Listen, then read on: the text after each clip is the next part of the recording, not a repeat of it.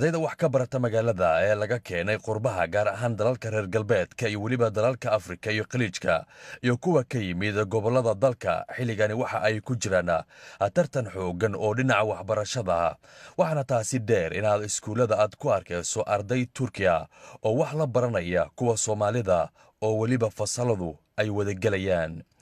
waa laba arday oo Turkish ah oo wax ka barta magaalada Muqdisho ayaan waxaan kala sheekaystay waxbarashadooda iyo magaalada Muqdisho waxaan kan rabaa inaan weydiiyo maxaad Soomaaliya Muqdisho ka war xaaladeeda Muqdisho nasıl diyor yani Muqdisho nasıl diyor Güzel geldikten sonra yani biz buraya ilk 2011'de geldik. O zamandan beri güzel işte okula gidip geliyoruz. Eve gidiyoruz. Arada sırada dolaşmaya da çıkıyoruz böyle. Muqdisho wuxuu leeyahay aad u wanaagsan tahay. Anaga inta waxa imaanay dhahay halkan 2011kii. Saas darteed sababta u imaaneen waxay ahayd in halkan oo ardayda Soomaali walaalaheeni yani wax kala barano. Saas darteed inta u imaanay.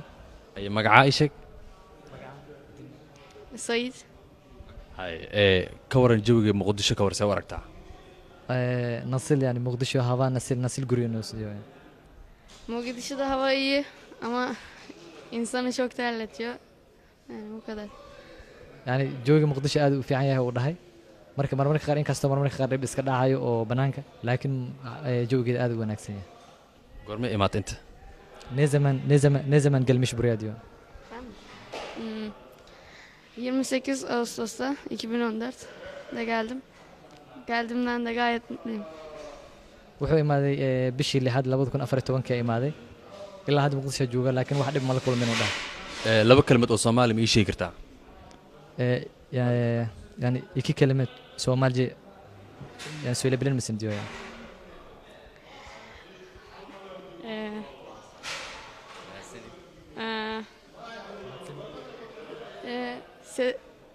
Setay. Maag sanaa jirta. Kaale. Bah. magaalada Muqdisho ee caasimadda waddanka Soomaaliya marka loo eego sanado fara badan oo burbur xoogan uu ka jiray iyo haatan waxa muuqanaysa in isbedel dhanka waxbarashada ah ay ka jirto waxaana sidoo kale lagu soo ama aad arkaysaa ama gudaha caasimadda aad ku arkaysaa dawladaha shisheeye gaar ahaan dawladda Turkiga oo goobo waxbarasho oo hor leh ay ka hirgelisay magaalada Muqdisho iyadoo ciyaalka qurbaha ma dhalinyarada qurbaha ka imaanaya iyo kuwa gobolada waddanka Soomaaliya ay ku tartamayaan waxbarashada ka jirta gudaha caasimadda waddanka Soomaaliya ee Muqdisho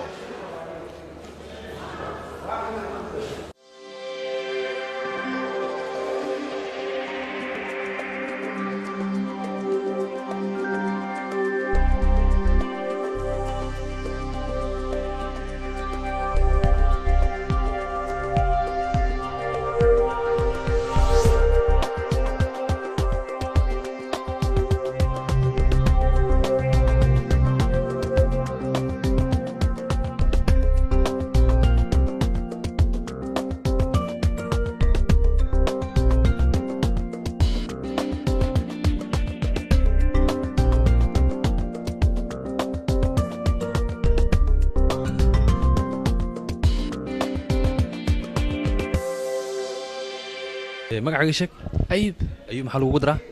محمد ayub maxamed إسماعيل ismaaciil hay ayub maxaa barataa Turkish computer Somali Arabic math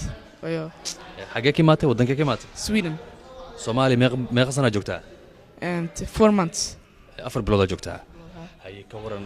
Sweden iyo Muqdisho yaa fiican مقدشة فعلا maxay ku fiican tahay Muqdisho Sweden ka imaatay Muqdisho maxay ku fiican tahay diinta la bartaa oo wax badan la baraa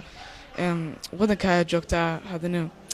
waalka la joogtaa uncleska wax badan la baraysaa magacay waa Yusuf Ali Yusuf Ali xagee ka imaatay ani Holland ka imaada waddanka kee waa Soomaaliya good waxa ii sheegtaa meeqa sana inta joogtaa ama meeqa bilooda joogtaa xamar ani inta 5 bilood joogaa xamar ka war xamar see u aragtaa وفعن تاي هودا وفعن تاي مال كسته بنوني كعيارة iyo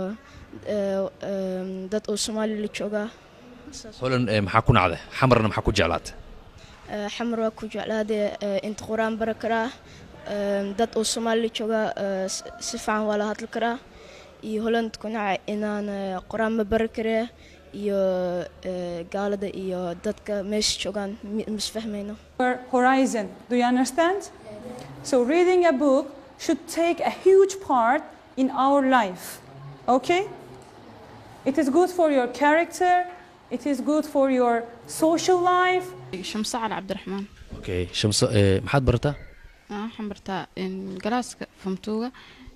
waxaa ka bartaa inta galaas dugsi sare lagu dhigto waxaa bartaa luqadda turkiga ingiliishka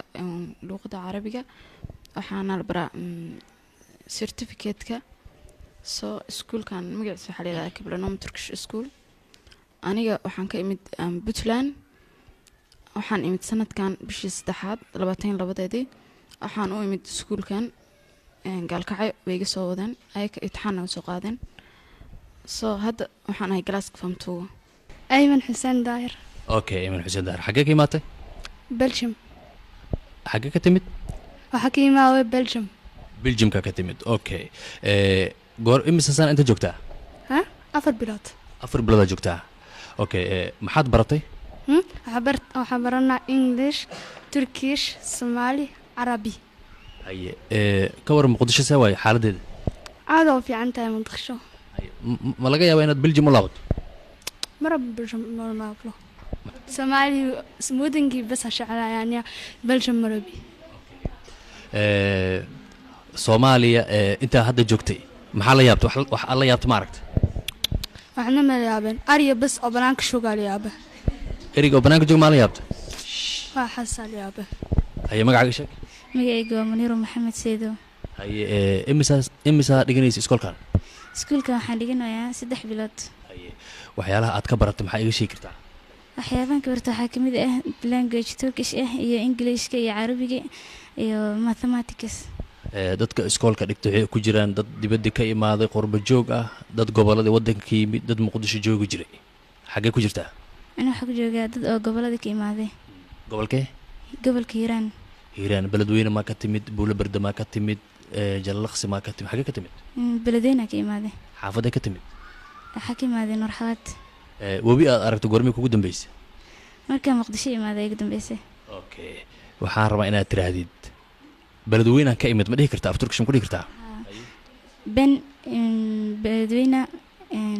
beledweyne liyim ben Hiiraan liyim ay magacaaga sheeg maxamed mukhtaar ay xagee hargeysa ka timid ka waran muqdisho joogtaa iskoolkana dhigataa arday fara badan kula dhigataa bal ka war waxbarashada iska fiican tahay alxamdulillah ma sha Allah ka war maxaa ku haminaysaa mustaqbalka meel fiican gaar waa hagaag aye magacaaga sheeg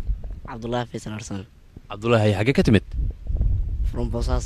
Boosaaso xaafadee ka timid Boosaaso laanta wada ka timid waa hagaag waxaad waxa iga sheegtaa ka waran waxbarashada aad halkan ka dhigatid waxyaalaha aad ka baratid ama maadooyinka aad ka barato maxaa ugu weyn waxa ugu weyn Ingiriiska